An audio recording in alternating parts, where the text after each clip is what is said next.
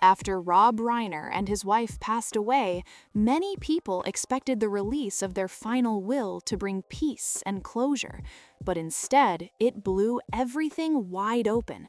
What should have stayed a private moment of grief flipped into outrage, disbelief, and a full-blown legal war that has now spilled straight into the public spotlight. The real shock came down to one jaw-dropping detail buried in documents that started circulating online. Nick Reiner, the couple's son, long described by people close to the family as troubled and unpredictable, was allegedly lined up to receive the largest slice of the estate, reportedly worth around $200 million, and nobody saw that coming. Sources close to the situation claim the decision came from Rob and Michelle's deep fear for Nick's long-term stability and care, but that explanation only cracked the door to even bigger questions. Under California law, there's something called the Slayer statute, designed to block anyone who intentionally causes another person's death from inheriting a single dollar.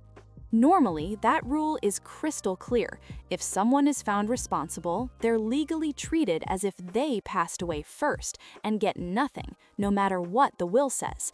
So how could Nick still be positioned to inherit? Legal analysts are now pointing to a deeply unsettling loophole that has everyone talking. Here's where it gets explosive. The statute only applies if intent can actually be proven. If a court accepts the argument that Nick lacked mental capacity at the time of the incident, the law might not apply at all, and that one legal distinction has become the spark for massive public outrage. The timing only pours more gasoline on the fire. Some are asking whether Nick knew the contents of the will ahead of time and whether that knowledge played any role in what followed. There's no proof of this, but the question alone has fueled non-stop speculation and wild debate online. Meanwhile, Nick's siblings, Romy Reiner and Jake Reiner, haven't stayed quiet. Reports say they're actively pushing legal action, challenging both how the estate was divided and the conditions under which the will was written, and that fight is already tearing the family further apart. They've also raised objections involving Tracy Reiner, Rob's adopted daughter, questioning her share and raising arguments that only deepen the rift inside the family. What started as grief has now turned into open legal warfare, and there's no sign of it slowing down. The tragedy itself traces back to December 14, 2025, when Rob and Michelle were found deceased in their Brentwood home. Police responded fast, and within hours it was reported that Nick had been taken into custody in connection with the investigation, sending shockwaves through Hollywood and beyond. Now, the focus has shifted from mourning to law. A California estate attorney explained that the Slayer statute doesn't even require a criminal conviction. A civil court can enforce it if they believe there's more than a 50% chance of intentional wrongdoing, which raises the stakes even higher. Still, the mental competency question hangs over everything like a dark cloud and could flip the entire case upside down. What's really intensified public anger, though, is the reported contents of Rob Reiner's final will, allegedly written 2 years before his death, which didn't just divide money, it split a family wide open. As this legal storm keeps growing, one question keeps echoing louder than all the rest. Did Rob Reiner's final wishes protect his most vulnerable child, or did they unknowingly set the stage for absolute chaos?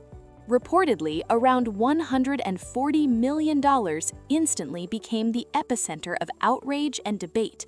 According to documents circulating online, Nick Reiner was allegedly positioned to inherit not just cash, but something far more powerful.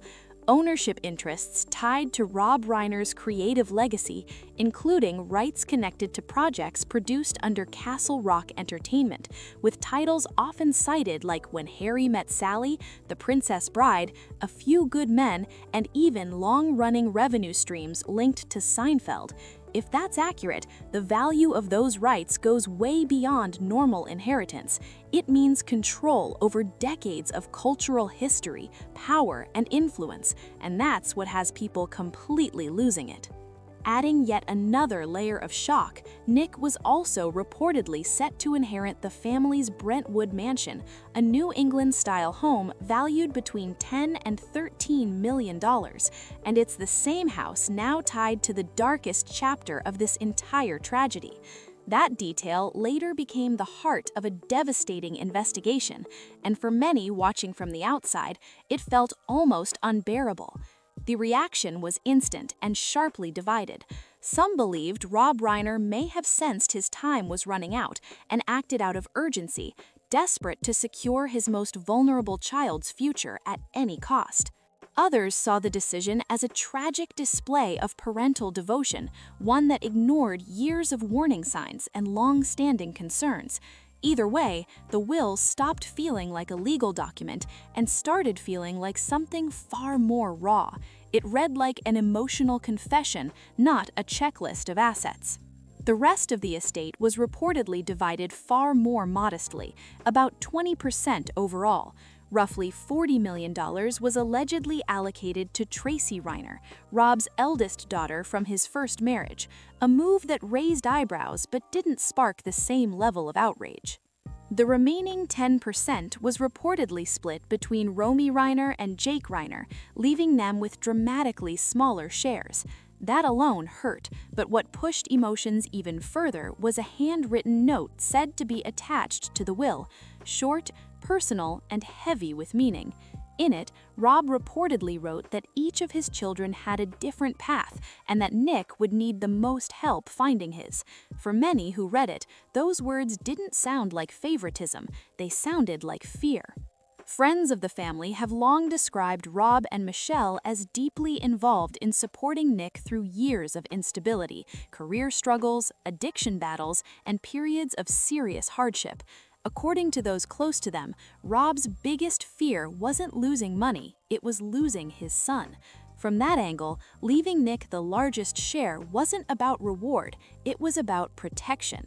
Rob reportedly believed financial security, property, and legacy could offer Nick one last chance to rebuild his life. But intentions don't cancel consequences. What Rob may have believed was a lifeline has now turned into the spark for one of Hollywood's most painful family showdowns. Psychologists weighing in warned that love without boundaries, especially when paired with repeated rescue, can unintentionally lock destructive patterns in place. Now, the haunting question isn't just about money, it's whether Rob Reiner's final act of love was meant to save his son, or whether it unknowingly laid the groundwork for irreversible damage. As public reaction grew, sympathy began shifting fast toward Jake and Romy Reiner. They were known for staying far from the spotlight, never chasing fame, never leaning on family wealth, and suddenly they were dragged into a storm they didn't create or want. Many saw them as collateral damage, children overshadowed by a father's desperate devotion to one son. One viral post summed it up perfectly. Sometimes love without limits can be more dangerous than hate. That line spread like wildfire. When the will was formally read on December 19, 2025, Jake Reiner was in Houston. Just after noon, an email from the estate management office landed in his inbox. As he scrolled, his hands reportedly started shaking. 70% to Nick? 5% to him? According to sources close to Jake, he whispered, "This can't be real." His father had always promised fairness. Within hours, Jake canceled his plans, booked the first flight to Los Angeles, and headed back with one goal in mind: to fight. That same night, he reportedly walked straight into Lyons and Associates, the elite firm long tied to the Reiner Trust Fund. Inside the glass-lined offices, Jake demanded an emergency meeting. Attorney Teresa Lyons, a veteran of high-profile estate battles, met him privately. She reportedly explained that while Rob's intentions appeared rooted in concern for Nick, everything could change depending on the criminal case. The Slayer statute, she said, could still erase Nick's inheritance, but only if strict legal standards were met. Jake wasn't satisfied. He pushed for immediate action to freeze the estate. Within hours, powerhouse litigator Mark Jericho was brought in. The plan was aggressive and clear. Challenge the will's reasonability and argue that Nick's alleged action should block him from receiving anything until the courts decide. The next morning, Jake and Romy sought with their legal team, staring at a folder labeled Reiner Estate.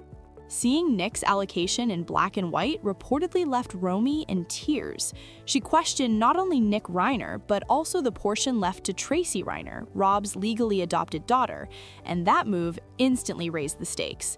Attorneys warned them to move carefully. Under California law, adoption grants equal standing, and challenging Tracy's share would mean proving that Rob Reiner lacked capacity or was improperly influenced, a brutal uphill fight. Still, emotions were running hot. Jake and Romy agreed on one thing: nothing was moving forward without a battle. And just as tensions hit a boiling point, another twist dropped.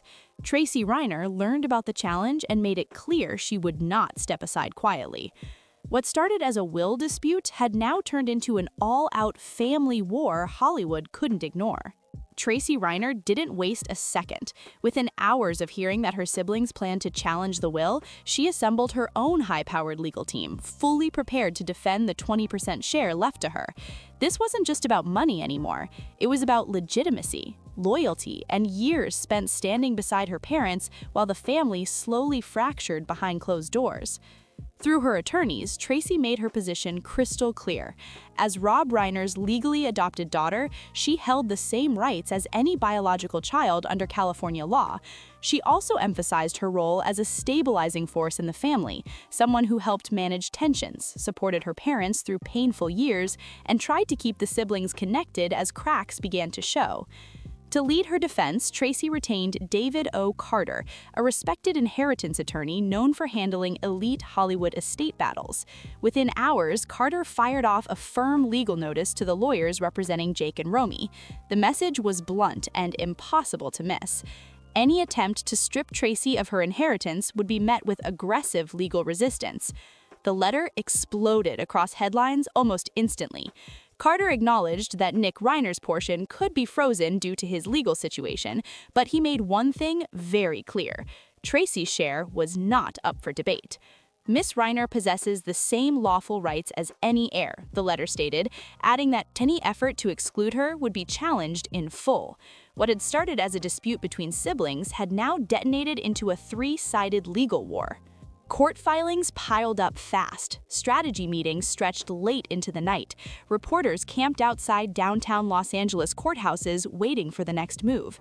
Public opinion fractured hard. Some rallied behind Jake and Romy, calling the will deeply unfair, while others defended Tracy, pointing to her years of loyalty and care when the family was under extreme strain. Amid the chaos, those closest to Rob and Michelle Reiner spoke quietly of heartbreak.